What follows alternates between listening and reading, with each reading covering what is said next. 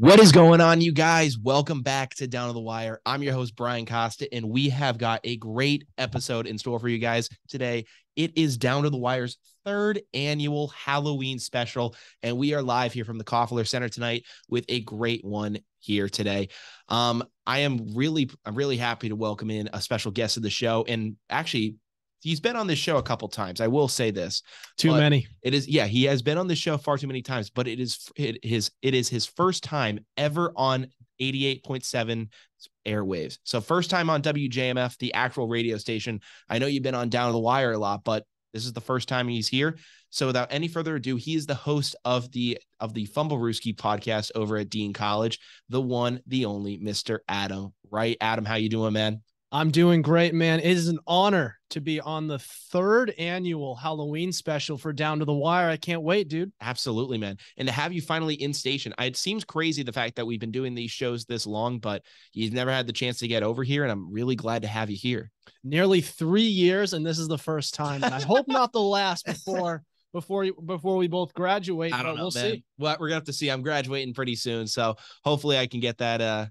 Hopefully we could get you in one more time. But we got a whole lot of stuff to talk about tonight. With it being Halloween theme, I think it's fair that, people like to dress up and pretend to be people they aren't. So I think it's only fitting that we lead off with one of the biggest characters in the NFL, Russell Wilson, who is doing an amazing job of pretending to be someone who he's not doing such a great job of being someone that he isn't. He is pretty much a fraud at this point. He just doesn't seem comfortable in his own skin. And we saw this recently where the Broncos, they were traveling on their team plane, and Russ comes out and he ends up saying that as he was coming back from injury, he was, quote, doing high knees in the aisle of the team plane to like get loose and, stay limber and kind of get active. And I'm like, what is this guy doing? He's looking for, I don't know if it's him looking for attention, looking for validation, but Adam, what did you think when you saw that story? Well, he definitely saw the camera. Yeah. And then he goes, "Are you looking? Are you looking?" Mm-hmm. And then as soon as the camera was off, he probably stopped, and then he's like, "All right, I got to get to my seat." But no, I mean, exactly. Seriously, the guy, I didn't notice it before during his days in Seattle. I had great respect for him, but now we're seeing now that the team's not winning, he kind of has the same attitude, always just overly positive and kind of trying to show so much that he works really hard, as if no one else in the NFL works really hard. No one watches film. Kind of the same thing with Tom Brady a little bit. Yeah, and we'll get on Tom Brady in a little bit because we got a little segment on him too. But I don't know what it is with Russell Wilson. I mean, I have respect for him. He's a great quarterback, seems to be a good guy, but there's just some element to him where it's there's something kind of shrouded in mystery where it's is he though? What is going on with him? I don't know. We talk about people being fake, and it's just you're a fake friend, or this guy is not really who they seem to be. And the more and more I hear Russell Wilson, the more I kind of think that's the case with him. There's something about him and the way he interacts with people that just is very inauthentic. And it's he's trying to be someone that he isn't. And I don't know if it's the fact that maybe he's really self-conscious about something. And obviously that's something you can be very sensitive about. And you feel for a guy like that, but it's what is this guy doing? Why can't he feel like he's comfortable in his own skin? He's a Super Bowl champion. He's a well-respected quarterback in the NFL. It's not like he's trying to prove himself at this point anymore. He's a proven quarterback, probably a Hall of Famer. It's not like he needs to it's not like he's trying to be an underdog and is trying to earn his way. He's gotten there. Yeah. So I was talking about a bunch on the show when we kind of started to realize this Broncos team really isn't that good. No. We were talking about Russell Wilson, and we were kind of comparing him to his days in Seattle. Sure. And he wasn't paid at all, or he was, but he wasn't, if he always felt like there was, his job was at stake. Yeah. We're now hearing more and more rumors that he was on the verge of being traded basically his whole time. Yeah. There. So they really lit a fire under him to get him going. And he really did have to work hard on top of the way he kind of likes to act in front of a camera, showing that he works very hard. It comes off as very genuine. Yeah. Now that he's kind of, we called it fat and happy when we did, and I'm pretty sure that's what we named our episode. Okay. It was, there's no reason for him to work so hard anymore. No. And I'm sure and listen, and I'm not saying that he shouldn't work hard, but it's the fact that he's like you said, Tom Brady, he acts like he has that, like he still has the mentality that he's that 199th pick, which at times can be good, but it's like, all right, dog, like you don't need to like have the attitude of just like, hey, I need to like do this and I need to like, really like be Mr. Nice Guy. And obviously Tom Brady has, I think, come to understand that with the way he's been treating his tablets recently. But I don't know, like there's just some element to Russ and I don't get it. And what's interesting about this too is the fact that like it's being noticed around the NFL. Like I don't know if you saw Justin Tucker on the team plane coming home from the Ravens game. He ended up saying, "Oh, Ravens flock, let's fly," and he's just having fun with it. And it's just like everyone else around the NFL kind of sees him as a joke right now. And what's really interesting is the fact that when he was in Seattle and the team was struggling, everyone put the blame on Pete Carroll. Everyone said this is Pete Carroll's problem. Pete Carroll's got to go, myself included. I even said when the Seahawks were struggling, I was saying, all right, is this Pete Carroll's last season in Seattle? Should they try to move on and, find someone else, find a new system for Russell Wilson? I had those exact same thoughts. Now we see Pete Carroll thriving with Geno Smith of all quarterbacks, who hasn't played in like 10 years as a starter.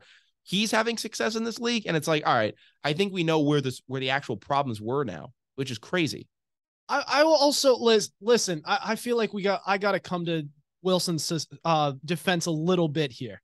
So you also have to look at the way the play calling is going in Denver. Like I know, like Russell Wilson's definitely a big part of the problem, but you also have to look at Nathaniel Hackett. Yeah, no, because I'm not even a Broncos fan. Emphasis on the hack part and the Hackett. Yeah, and like watching Thursday, or it was either Monday or Thursday night football. I think it was Monday night.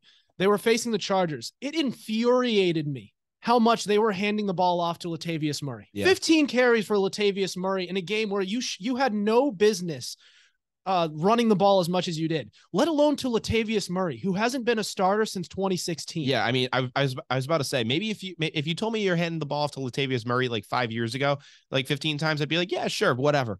But in 2022, Latavius Murray getting the ball 15 times is absurd. Especially when you have Cortland Sutton and Jerry Jeudy as your wide receivers. Exactly. And you have a capable quarterback in Russell Wilson. You would think you'd throw the ball a little more. And that's the thing too, is like Russ obviously is a great quarterback. So the fact that like they haven't been able to utilize haven't been able to really utilize Jeudy and Sutton yet is crazy. I don't get it. Like they have all the pieces are there for them to go and compete in the AFC West, and they just continue to falter like game after game. Part of me was wondering like, oh, if Brett Ripien goes in for the Broncos and actually does good, like are they going to consider like benching Russ for a little bit or elongating out this injury? And then we see Russ, he's just kind of like, beat the beat of his own drum. And he's like, oh, don't worry guys, I'm going to be back like any second now. And it's just like, it seems like there's almost a culture issue going on over there. Like, I don't know what it is, but it's deeper than just football at this point. There's something up with the culture, and I think Nathaniel Hackett probably has to go. I think that someone needs to come in the room and basically say, all right, we need to air this thing out. We need to get rid of all this BS right now and just actually get down to playing football, because that's what this is all about. And that, I don't know if that's a reality check for Russ, a reality check for all the other receivers, but there is some shift that needs to happen there, and I don't know what it is. Listen, between the two, whichever needs to go, it has to be Nathaniel Hackett. Yeah. You traded for the franchise quarterback. Exactly. And you have weapons for him to throw to. And the play calling has been really suspect. Mm-hmm. And we can talk all we want about Russell Wilson's attitude. We could call him fake all we want, but I think we'll know for sure when we find the right coach to do for play calling, because I'm sure it's not all Russell Wilson. No, and here's the thing, like, obviously you can be your own guy in the NFL and you can figure it out, but like there is something that has to change with the Denver Broncos. And listen, head coaches are extremely expendable. We learned that really recently with Matt Rule, who had like 4 years left on his contract, and the Panthers just said, nope, you're going out the door. Like, we are going to completely blow this thing up and we do not need you on our staff anymore. So like, head coaches are extremely expendable, especially in this situation. Had Russell Wilson been on the Colts, however, maybe it'd be a little different, because they've had a bit of a QB carousel, even with some pretty noted veterans. We'll get on the Colts. We'll talk about the Colts in a little bit too, but I don't know. It's been pretty crazy looking at all this. I don't know who I would look at to really go in there and fix the situation right now. Is there any coaches in your mind that, maybe some coordinators or guys that you think could maybe do a good job? I haven't thought about that off the top of my head, but I'm just thinking of guys who, I mean, off the top of my head, guys who I know, and I know he's already on the Raiders as a head coach, but say what you want about McDaniels. He's much more of he's less conservative of an offensive coach than Nathaniel Hackett. Sure. So he could theoretically open the playbook for Russell Wilson, as he should, and get the ball to Cortland Sutton and Jerry Jeudy. Well, I know, and you're saying that because it's because McDaniel's days might be numbered as a head coach in Vegas as well because of the way that they've started off this year. So and I mean, McDaniel's he's been a coach in Denver before, so it's likely he could go back there. But I would say to look at two guys. One would be Eric Bieniemy. I like him from KC. I think that he does a good job as the head coach there. And I think being able to utilize, the dual threat that Russ presents still, I think he could do a good job. And then the other thing I would say that you could do is look at Brian Flores. And I know that Brian Flores, obviously, that's a good one. Brian Flores is a defensive minded coach, but he proved to be pretty solid with the Dolphins. Obviously, he got fired and there's those whole reasons behind that. But I look at the Brian Flores situation and I think that he could slide in there, shore up that defense because that's his skill set, and then get Nathaniel Hackett was the OC over in Green Bay. If you put in a defensive minded coach, get someone with Russ that he's good with, and then have Russ tailor the system around his preferences and not have it be so offensively driven from the top down. Have Russ basically call the shots. You can have a coordinator essentially, but get someone that he's more comfortable with, and then have him essentially create the offense, and then the team could probably go on from there. Yeah, I do like that idea. They need, but I think we can both agree that something needs to change. Something needs to give there because it's just not working right now. And in that league, it's the coach. I mean, really, any league, it's the first thing you do is you get rid of the coach. You have to change the atmosphere in there. The Red Sox did that when they got rid of John Farrell, brought in Alex Cora. Was an immediate just snap, and it completely changed the culture. So I think they need to find a guy that can get in there, level with all of them, and just really give them all a reality check. Right. And it really is when you look at the top needs in the NFL for how to build a contending team, right at the top of the list is quarterback and head coach. Sure. The quarterback and coaching. The coaching works on the defense and the style of offense for the quarterback, and the quarterback figures everything out and makes everyone on that offense, all the pass catchers, the running backs, all better. Yeah. I mean, we got a ton more quarterback talk to do on the show today. But first, before we do that, I want to just shout out Down to the Wire real quick and just say, if you guys aren't following us at this point, what are you doing? We are available on all streaming platforms such as Spotify, Apple Podcasts, Google Podcasts, and more. You can watch the video stream of this show on YouTube, and you can find all of those links, all of them, in our Instagram bio at down.tothewire. Again, at down.tothewire on the IG. Adam, I'll let you shout out Fumblerooski as well. Well, guys, as he said, if you're not following Down to the Wire, if you're not following the Fumblerooski podcast either, then what are you doing? I really can't tell you. I don't know, man. But we talk all things football. And not only that, what separates us from everyone else is that we try to get our audience in as involved as possible. So you guys could be on our show. You guys could give open-ended answers to questions that we post every week, and we'll mention you on our show and give you a shout out. We make it so that you are part of the show, and we want to hear your opinions and mention them because you guys all have very creative thoughts on the NFL. That's for sure. We want to make sure that you guys are heard. So definitely go check out the Fumblerooski podcast. Absolutely. Jumping into our next talking point, I want to talk about a man who's had a place in our hearts for so many years. We probably dressed up as him for Halloween a couple times, and that is Tom Brady, the GOAT, the greatest quarterback of all time, 7-time Super Bowl champion. His name explains it more than his name does it justice. You don't need to give him a further explanation. It's Tom Brady. There's nothing better than that. But unfortunately, Mr. Brady is having some troubles right now as him and the Tampa Bay Buccaneers have dropped to 3-5 after losing to the Baltimore Ravens on Thursday Night Football. This is the first time in Brady's career he started a year 3-5. Yeah, and it's shocking. First time multiple games below 500 in his entire career. So yeah, this entire like come back out of retirement season, prove it year, try to win your 8th Super Bowl. This is completely blown up in his face. And it's really sad, the fact that obviously we remember all those years ago where Max Kellerman said that Tom Brady's going to fall off a cliff and that he's going to have some great, like, statistical drop off. And while Tom Brady hasn't necessarily played terrible this season, he hasn't really helped the cause. And it's unfortunate that Tom Brady could have gone out in that loss in that NFC divisional game to the Rams, almost completing another, 20, it was a 27-3 comeback, almost completing it. And it's like, he almost got it. There was almost some Tom Brady magic, but you know what? The Super Bowl champions, the new generation that year, they ended up taking it on and they ended up winning that game. And that's how Tom Brady could have gone out fighting till the very end and having, a really good performance in his last bout. But instead he comes back and we get this mess. And it's not even like it's like where it's like, oh, they're struggling, but they're going to come out of it. It's just like, this team isn't fun to watch. There's nothing good about this Bucs team. And obviously this is coming from a Patriots fan that's probably scared to lose to the Jets this weekend. So much so I'm wearing a Zach Wilson jersey. So there's at least that, but I don't know. I don't know where the Bucs go from here. They're in a really, really big hole.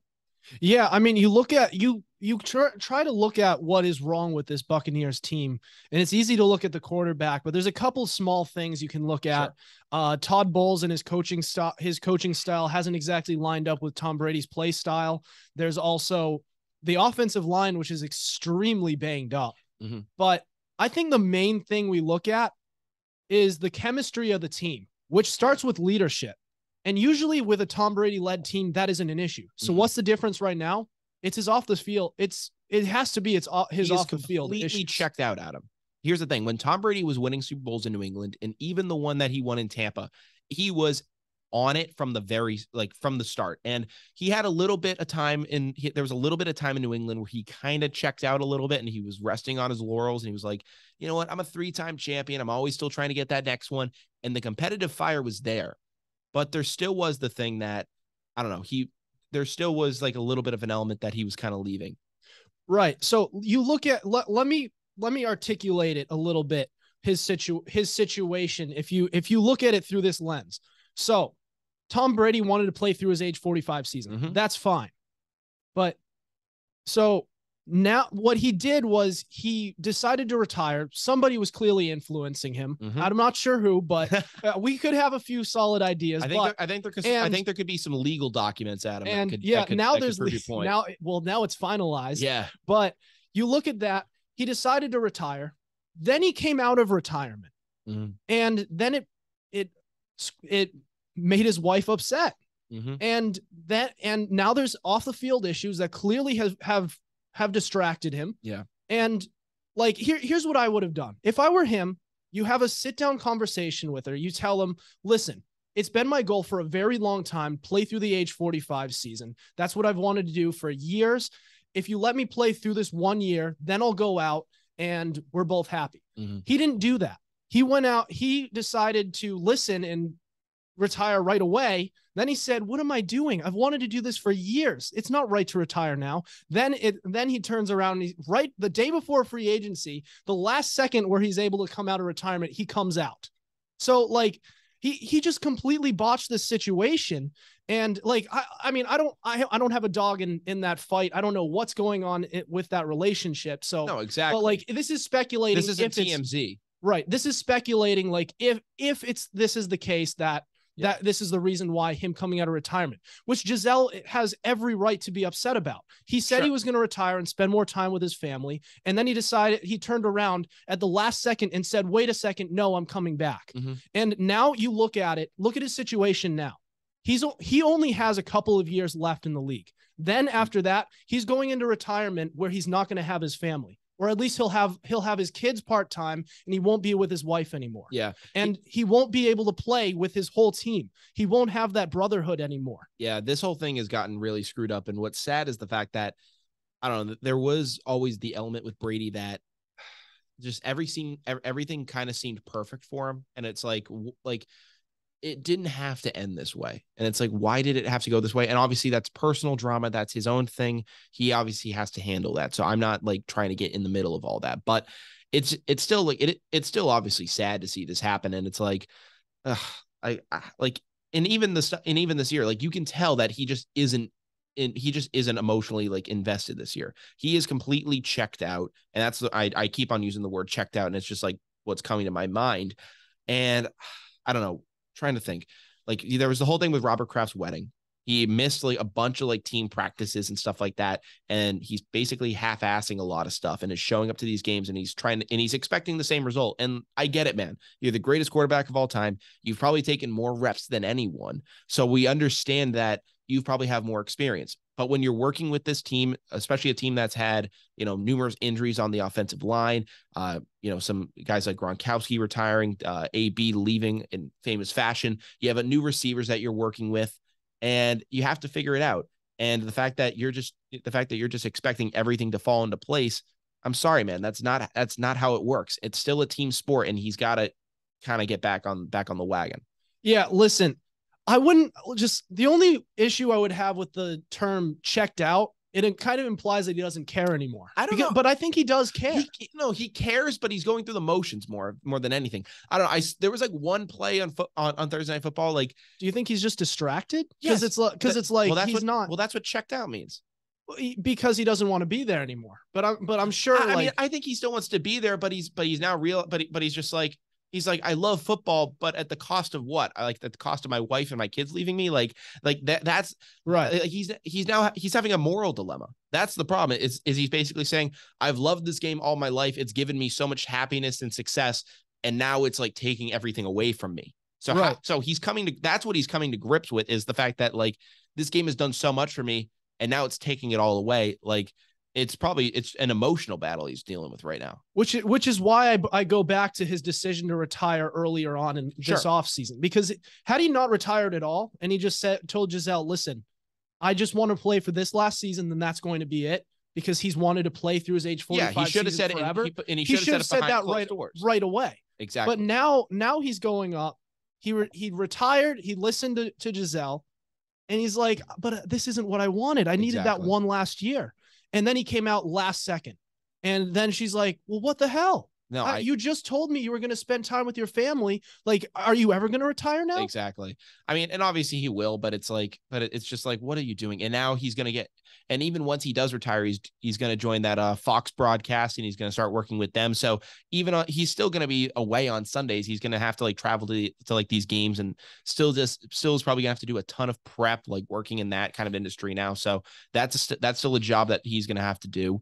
And she's probably saying like, all right, like I still want to be able to spend time with you. Like, are you ever going to be around? Right. Yeah. There's that as well. I mean, at least that would be a lot less demanding, because preparing for a broadcast is a lot different than preparing for games. So it's a lot less studying. It's still the travel though. There's that aspect of it though. There's that, but I think just to travel is not as bad as just, preparing for games. Sure. Figuring out every possibilities. He knows the game by heart. So all he has to do, he's a color commentator. He's not a play-by-play guy, which they both have their own types of preparation, but at least when you know the game by heart, when your name is Tom Brady, like it'll be a little bit easier for him. So I feel like if you were to do that, I don't know if it's going to be necessarily that easy for him. A lot of great players that have not done well when transitioning into the color commentary. Some guys have done it incredibly well, and obviously Tony Romo is a fantastic example of that. He is, one of the better guys to go from playing to the broadcast booth. He's done it rather seamlessly. While I still have my problems with him, and like there are little things with him. Lot, yeah, and he talks a lot, but it's at the same time, he knows what to talk about on air. He doesn't really stumble over his words too much. He has like cohesive thoughts, and maybe there's too many of them, but he knows what he's talking about, and he explains everything perfectly. And it's like, all right, this guy's kind of had some practice here. Tom Brady, he'll do all right, but I'm wondering if he's going to be like really dry. Someone I feel like he could be similar to in broadcasting role is Dan Marino. I don't know if you've ever seen Dan Marino broadcast, but he had like this one segment where he kind of like flubbed over a word and he was like talking about something, and he had that thing and he slammed a desk because of it, and everyone on the set is looking at him like he's crazy. And I don't know if that's going to be how Tom Brady looks at broadcasting, because I mean, let's face it, he's a competitive guy. He's going to want to do everything perfectly. If he messes something up, is he gonna like break a microphone? We were seeing him smash tablets. So is that I don't know. I'm just picturing that little graphic of like the play running route, and you're just going to see him start scribbling on the screen. If he gets like really pissed off, he's just going to be like, I can't believe I did that. Or he'll break the tablet. No, exactly. Listen, whether or not he works out, or if he's a good color commentator is a different animal. Yeah. I'm just talking about whether or not he can manage that with his family. Exactly. Because clearly it's not clearly Giselle and his family is not, we're not happy with how things were going in games. Mm-hmm. So can he go and do this as a color commentator and spend enough time with family? I think he can. Okay. I mean, we'll have to see. Obviously, we may not see, because he has a divorce. Yeah, the divorce is finalized, and I know that Brady has asked for privacy. I respect that,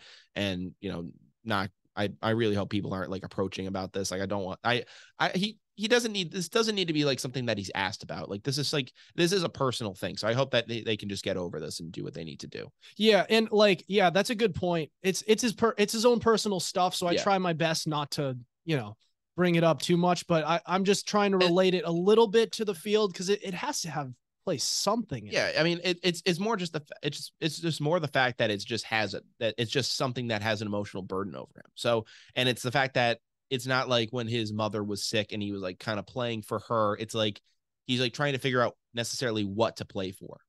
He's trying to find his motivation right now, because a lot of things have been he's been losing a lot of motivation so far. But regardless of how Tom Brady plays the rest of this season, it's pretty much a show. It's pretty much a shoe in that he will finish this season as the quarterback of the Tampa Bay Bucks. The same cannot be said, though, about Matt Ryan in Indy, as he just got benched for Sam Ehlinger. And wow, I haven't heard the name Sam Ehlinger in some time, and to be honest with you, it was probably, I haven't heard it too often, to be completely honest with you. I think it was last year, the beginning of last season, when we were questioning whether or not Carson Wentz was going to be ready for the season. Mm-hmm. Yeah, that's what it was. And I don't know, the way I've seen this thing go with him, Matt Ryan hasn't had the greatest start to his time in Indy. He's had 12 turnovers in 7 games. He's been hit a whole lot of times. I think you had the stat what is it? So he's been sacked, tied for the second most amount of times with 24. Jeez. The only person with more is Justin Fields at 27. And we know how that, mess that Chicago offensive line is. I mean, I don't know. That's pretty shocking that he's been sacked 27 times after seeing the way he just killed our defense the other day. Yeah, there's that. I know it was I know they had it was like a crazy game for them, but still, like, I still am really pissed off at the fact that we blew that Bears game so badly. How about we just not talk about it? No, yeah. I already talked about this on my Wednesday show. Yeah. So the down to the wire faithful has heard plenty of our thoughts on the Patriots. But regardless, Matt Ryan sacked 24 times when the Colts offensive line has historically, at least in the past few years, been one of the better offensive lines in football. And they weren't able to uphold that promise to Matt Ryan, that they were able to keep him on his own 2 feet. Mm-hmm. And the turnovers have racked up, and he's been hit a million times at the age he is. I believe 37? I think he's 30. Yeah, he's 37. 37. So that's a late age to be hit, the amount of, not as if you want to be hit at any age, but that's incredible. Incredible is probably not the way to put it, but I mean, it's just not good. That's incredible in a very negative sense. It's incredibly bad is what it is. Yeah. So I don't know.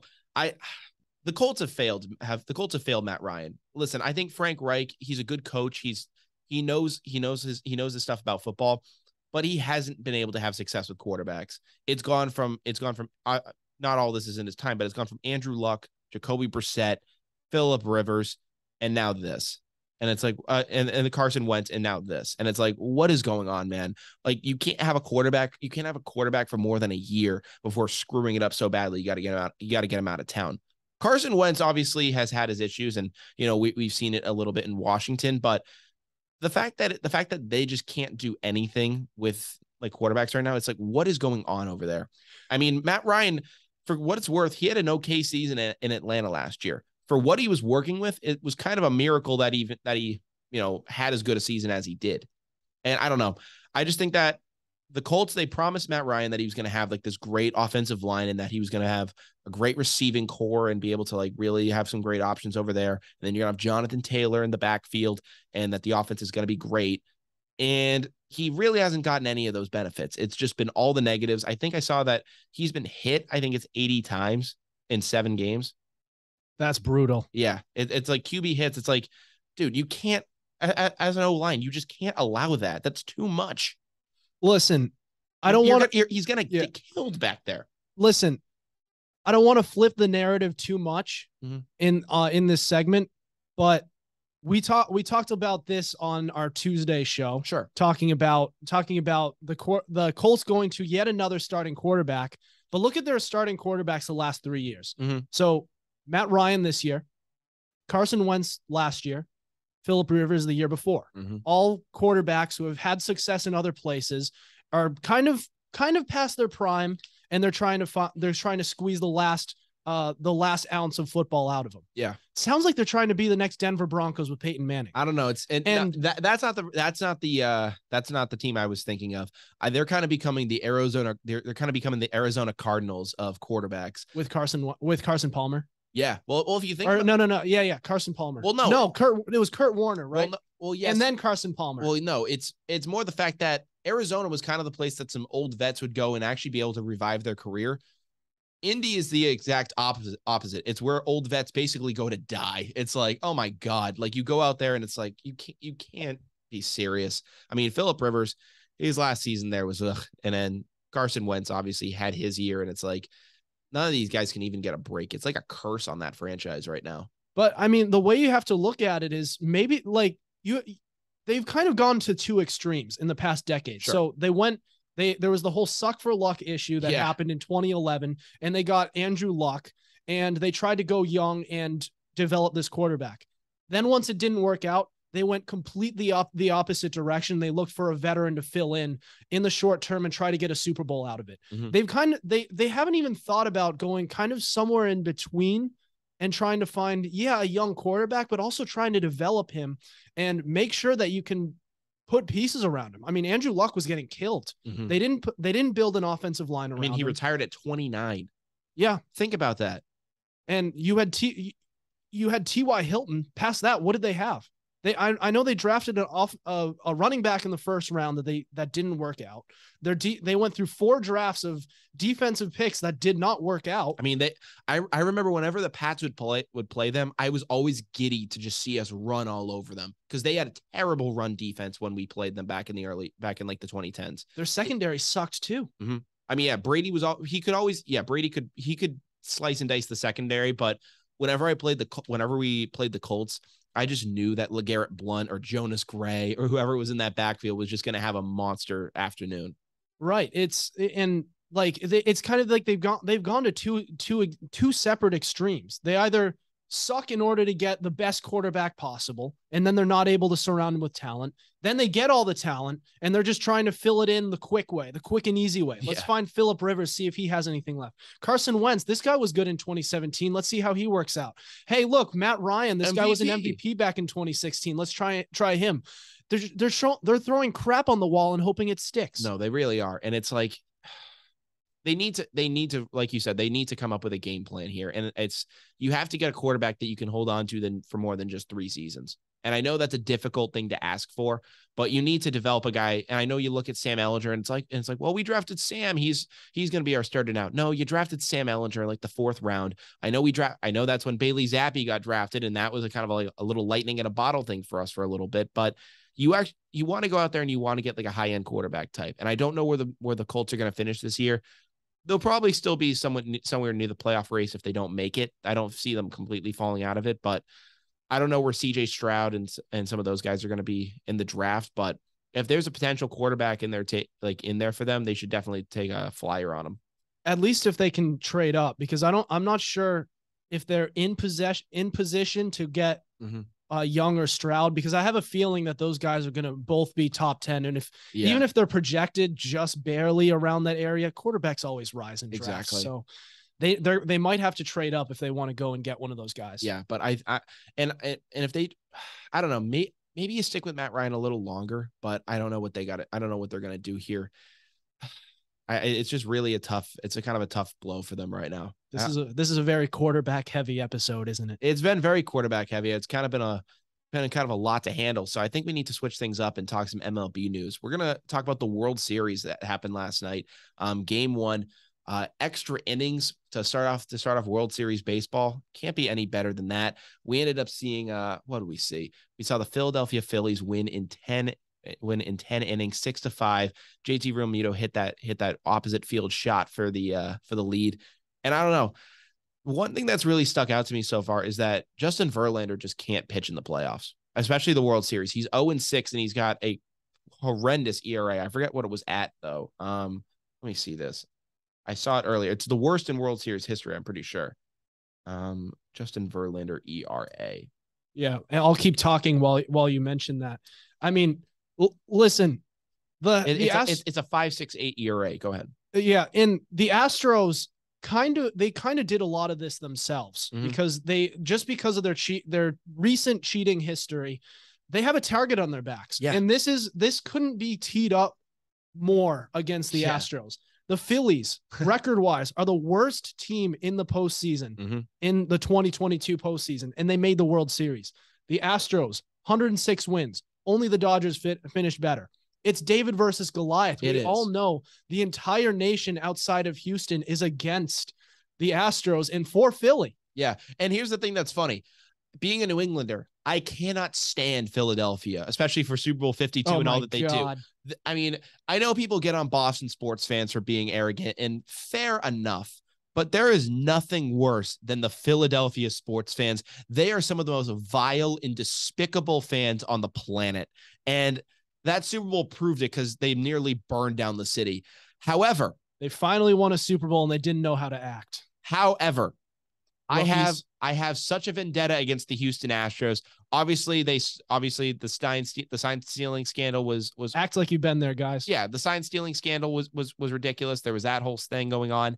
And I don't know, just the way that they've carried themselves after the fact that the MLB didn't punish the players. I'm riding Philly all the way. It is a red October for me, and I am hoping the Fightins take it home.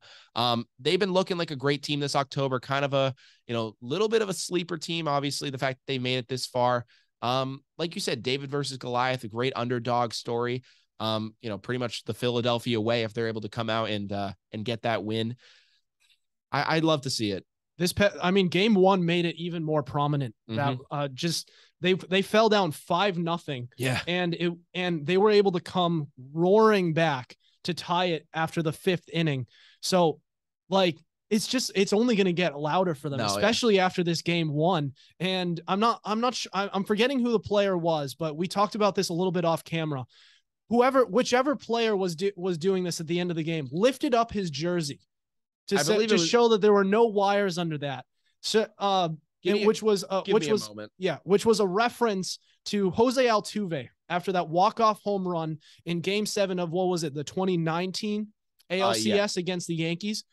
And he was running up. It was a walk-off home run. Jose Altuve was walking to the plate, and he was gesturing to the entire mob that was the rest of the Houston Astros who crowded him at home plate. He said, "Don't take my jersey off. Don't take my jersey off." Because he had a wire under there with a buzzer that was telling him which pitch was coming. It was Castellanos. Yeah, I believe.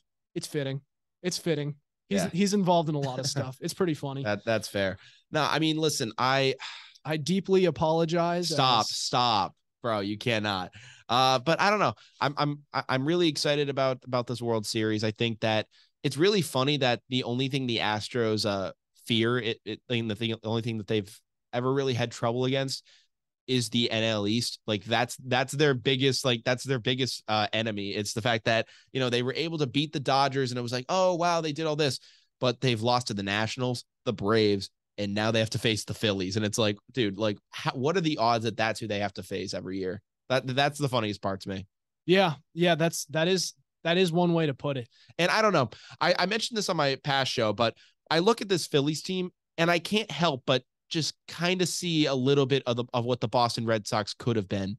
And I see Dave Dombrowski at the helm there. And Adam, I remember when Dave Dombrowski actually got hired as the president of baseball ops for the Red Sox. I was jumping for joy. Well, we weren't jumping because we were actually in a car, and we were actually coming to Bryant University for a baseball camp. And it was at that time because it was actually, he got hired mid-season. No, I remember he was hired. He got hired mid-season. He was not. He was hired in the summer, like towards the end. I think it was towards the end, like in September. No, I remember when it happened. We were driving. I'm not sure. Can you find out when exactly he was hired?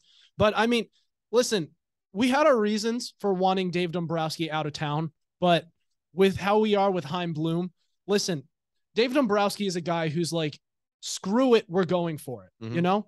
And they hired the manager as such, Alex Cora, who was always like, screw it, we're going for it. And they were also kind of in a position to do that. They had the farm system. August 18th, 2015. There was definitely a camp going on. Okay, then maybe I'm wrong. It was a long time ago. Fair enough. But, they had the farm system. They had the young core. All they had to do was get that general manager who could say, screw it, we're going for it, and find a way to hit on the trades and signings that they were making. And he was really the guy for the job. And as soon as he was hired, the next seasons they were making the playoffs. They won a World Series 3 years into his tenure. It was short-lived because eventually he overstayed his welcome. But but here's the thing. I don't think he did. I think the Red Sox, I just don't think they wanted to spend the money that Dave Dombrowski wanted to spend. Listen, and that forced him out. Listen, everywhere Dave Dombrowski goes, he wins. That is a fact. And obviously it's going to be at the expense of your farm system. Your farm system is going to suck, but hey, who cares? We've been to minor league baseball games. Could you tell me ever when we really care about the score once we leave the place? It doesn't matter. They care about the players who are coming up. Sure. Though. Yeah, that matters. But at the same time, I care about the major league product. If you're in a minor league baseball town, you understand that, yeah, sure, you're developing some prospects and there's like a little bit of emotional attachment to that. But at the end of the day, it's for the major league team. Yeah. That's what it's for. And Dave Dombrowski always tried to make the major league team better. He said, you know what? We're going to trade Yoan Moncada. He's the best prospect in baseball. And we're going to get Chris Sale in the prime of his career. And we're going to get him here in Boston to be our ace alongside David Price. And it's like, all right, shoot, he's putting everything on the table. He's really going for it. And the fact that he was able to trade those prospects got Craig Kimbrell, got a lot of other guys on this team. And let me ask you this. What? So if he was still here today, from the time that he stepped down or was fired to now, do you think we would be in a better position? I do. Because here's the thing. Despite the fact they can't draft? Yeah. I mean, we can't really draft with Chaim. Yeah, sure, we got Marcelo Meyer, but it's because we sucked so bad in 2020, we got that pick. If we actually had a somewhat decent season, Meyer would have never been within our reach. We had the number 4 pick in the draft. We've never been that bad, I believe, since the 1960s. So that's the reason we got Marcelo Meyer. Other than that, who have we really drafted? A lot of the guys coming up in the system right now are ironically Dave Dombrowski's guys. I believe Tristan Casas was a Dave Dombrowski guy. Listen, I'm on your side. I liked Dave Dombrowski here too when I was here, but we also have to remember the year following 2018, they let Kimbrell go, and Dombrowski puffed out his chest and he didn't address the relief pitcher position at all. Sure, they had the most blown saved in baseball the following year, and they finished with 84 wins. With half the blown saves that they had, they would have been a playoff team. Adam, we finished with a winning record and we were in 3rd place. We were in last place this year in the AL East. Sure. We fell the last, and I get the fact that we went from 108 wins last year and we went to 3rd place, which seems like a bigger drop off in comparison to say going from like 91 wins to 84 wins. It's like, all right, something happened. But Brian, how are they with Dombrowski? How are they getting out of it? Because Dombrowski still can't draft. When you're the Boston Red Sox, you can buy your way out of any issue. Listen, I get that you're not the New York Yankees. You're not the Dodgers. but you are the third richest team in baseball. You have the money. To be honest with you, basically every team has the money if they want to spend it. It's a matter if they do or not. That's the thing. Yeah. Like the Red Sox, they could go out right now and they could sign Aaron Judge. They could bring back Devers, and they could bring back Bogarts, and it really wouldn't be an issue. I agree. But it's the fact that John Henry doesn't want to spend the money. It's because he wants to pour that money into Liverpool. And I know that he says it's different money and it's allocated in different ways. It's not. It's obviously there's some way that it's involved. And I hate this idea that we're playing cheap. We have to like keep all our coins close to our chest because, one thing goes, we may not be able to sign anyone. Listen, man, you may not sign anyone regardless. I don't know if Bogarts is going to come back. There's seemingly been no talks yet.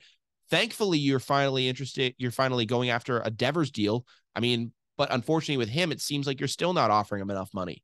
And it's like with Dave Dombrowski, if you just give him the helm and you say, all right, man, sign these guys, he would get them signed. And he would say, all right, you're going to get a contract. You're going to get a contract. And you guys are all going to be signed to the Boston Red Sox. Got freaking Oprah out. Yeah, he would go Oprah. You're getting a maximum contract. You're getting this. You're getting this. He would build up this team. I mean, he got JD Martinez. He builds through free agency. And obviously teams build in different ways. Chaim Bloom, I understand his methodology of building through the minor leagues. It's how you have to do it in Tampa Bay. Listen, you can't go out and you can't sign an Aaron Judge in a free agency. You can't bring back some of these guys, and you have to maintain a good farm system. And I think that's an okay thing to have. I don't disagree with that. But at the same time, one, who has Chaim Bloom brought up? And then two, where are we? What have we really done? I'm sorry. Listen, looking at free agency certainly helps. Sure. But as I explained earlier in an earlier segment with the Colts, I'm crossing sports, but still. Go on. Taking it to too far of an extreme is never good. Going all in on free agency, it helps, but only in a few ways. We saw Ben Cherington spend a lot of money and it didn't work. Mm-hmm. So because they tried to build their entire team off free agency, which just doesn't. 2013 was an anomaly, a fluke. It was an anomaly. And then Cherington thought, oh, I can just do that and it'll always work out. It doesn't. No, and you got to use a little bit of your young core and try to develop players as well. So you need to find a bit of a medium there. Yeah, and I mean, listen, you can make a case for that. Obviously, you can make a case that you need to do both. And I do agree that you need to do both. I don't think that you can just purely build through free agency. But when you look at the deals Chaim Bloom has done, obviously you can say, oh, he signed Trevor Story and he signed that big deal. If Xander Bogaerts leaves, Trevor Story is going to be our shortstop next year. I don't like that. No, that's what it's going to be. And sure, for a second baseman, the deal we gave him was a pretty solid deal. For a shortstop, that's not the craziest contract I've ever seen. And I think that's kind of how we got the deal. Is we basically said to him, hey, listen, man, you'll probably be shortstop again, but we're signing you as a second baseman, so we're going to get you on this money right here. And that's pretty solid, maybe a little bit above average second baseman money. But for a shortstop, that's kind of a steal, the contract that you got him with. So I think that's kind of what we're going to see. And now we're going to get a plug and play second baseman. Probably is going to be Jeter Downs. So that's likely what we're looking at. Oh, Jesus.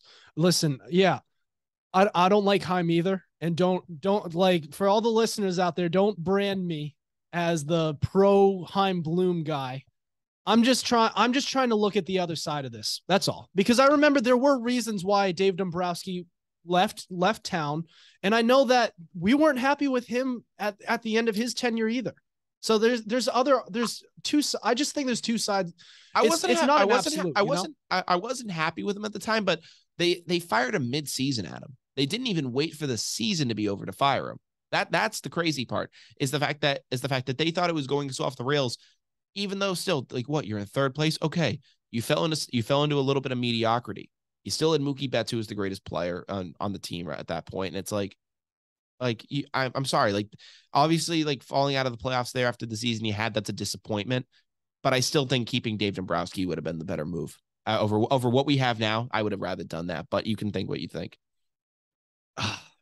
All I think is that the guy they replaced him with didn't work out. No. And I like the fact that they're going into a player development program because we didn't really have it with Dombrowski and we didn't really have it with Cherington either.